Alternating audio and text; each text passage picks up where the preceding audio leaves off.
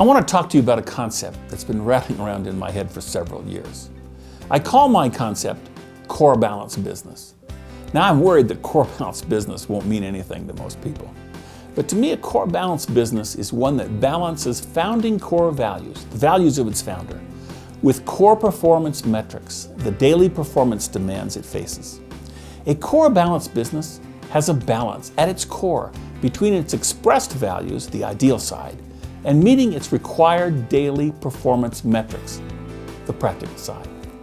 Well, all that sounds good to me. I don't mind core balance business, but no matter what we end up calling it, of course, the tough question is how do we get there?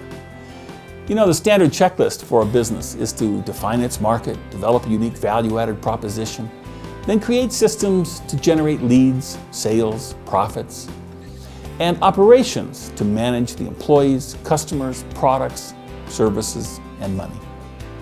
Now, there's not much wrong with those steps, but those steps don't recognize people's core needs. For years, I've been meeting with business owners in their offices, homes, and on their shop floors, on weekends and late at night, talking about their businesses, but also about their most intimate life challenges. Often they can no longer talk with their families. Their families are sick of hearing about it. They don't want to burden their colleagues. Their employees are the wrong people to talk to. Their other professional advisors, all charged by the hour. And when I was a commission-only broker for the last 30 years, my coaching and counseling time was free, so they picked me. What I learned is that a business broker, and I imagine nearly all of us, desire 4 basic things today. We want more time, less stress, more money, and a better life. I find that it doesn't matter what the business or personal details are. It nearly always boils down to those 4 issues: time, stress, money, and life itself. Most of us get wrapped up in just getting today's work done.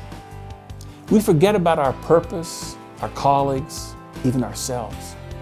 Sometimes we even just go through the motions without purpose and in denial that we need anything.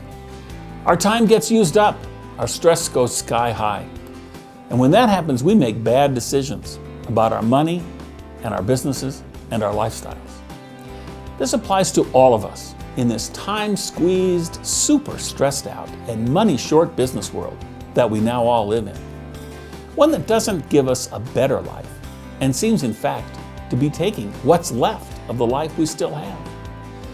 It doesn't have to be that way. I've lived long enough to know that. The answer is to find our personal and business purposes. If we don't do that, we'll get lost. In business and in life, we discover our purpose by looking at where we want to be versus where we are. Our purpose is then to fill that gap between where we want to be and where we are by thinking big, systematically looking for opportunities, then adopting a strategy and a plan. Having a big idea is the key ingredient. What's your big idea? Do you have one? Get one. A big idea has to be inspirational, credible, measurable, memorable, and actionable. It's really an idea that transforms. It's an idea that changes your whole life or your whole business. Sometimes it even changes your whole industry. Now you might say, Glenn, I don't have a big idea. I don't even know how to get a big idea. Don't tell me that.